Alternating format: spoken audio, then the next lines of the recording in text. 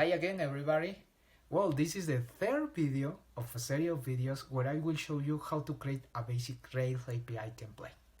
In this one, I will install rspec, the most used framework to test Rails applications. Well, I will configure also FactoryBot to be used with rspec. Remember, you will see the link of the repo in the description of the video. Thanks and get started. Okay, the first thing that I will do is to go to my browser,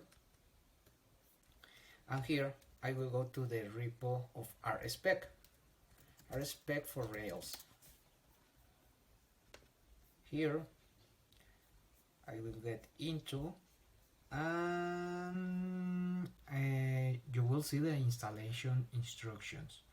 Here it's only a matter of adding a line of code to add the dependency. Okay, so I will go to my Jane file, and in the development and tests group I will add that line of code. As always, bundle install. Okay, in your project repository, bundle install, and yeah, well, it's taking some time.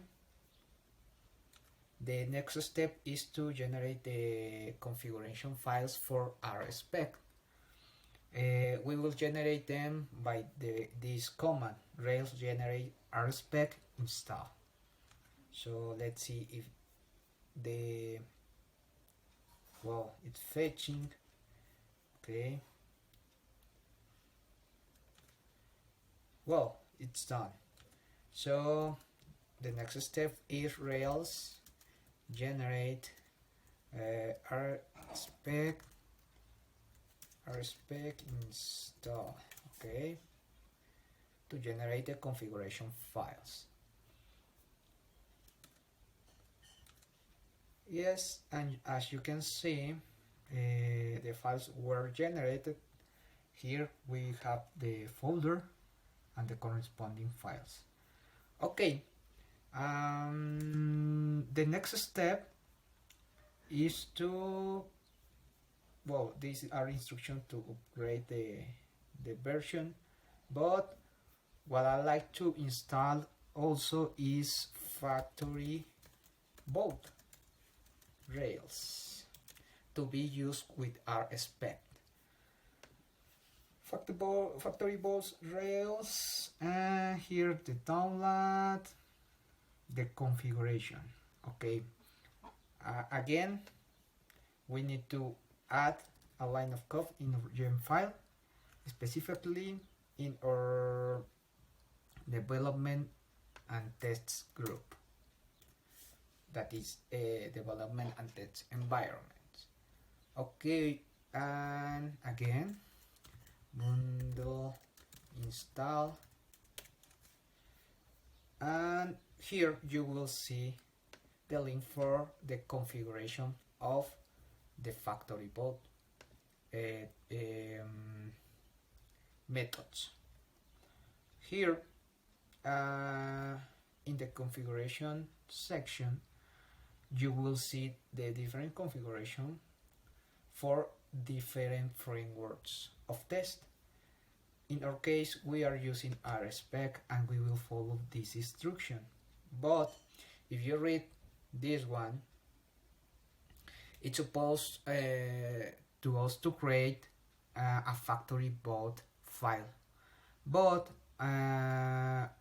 we will include the methods of FactoryBot directly in our Rails helper, not creating the FactoryBot file.rb. Okay, so I will copy this line of code and I will go to our Rails helper. Where is our Rails helper? Here it is. And here, this is the block of code to configure our methods. And there it is. Okay. this is the final step to configure FactoryBot, and I like to run only to see if it works rspec command, and as we expect, we have 0 examples and 0 failures. Okay, so the last step is to commit our changes.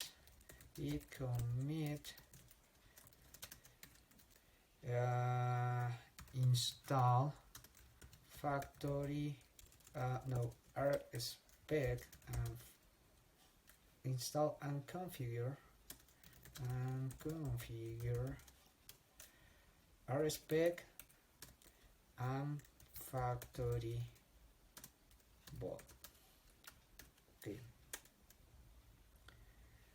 Okay, this is done and we have finished this video. In the next one, I will scaffold some tests to show you how rspec works with FactoryBot. So I will see you in the next one. Bye and thanks.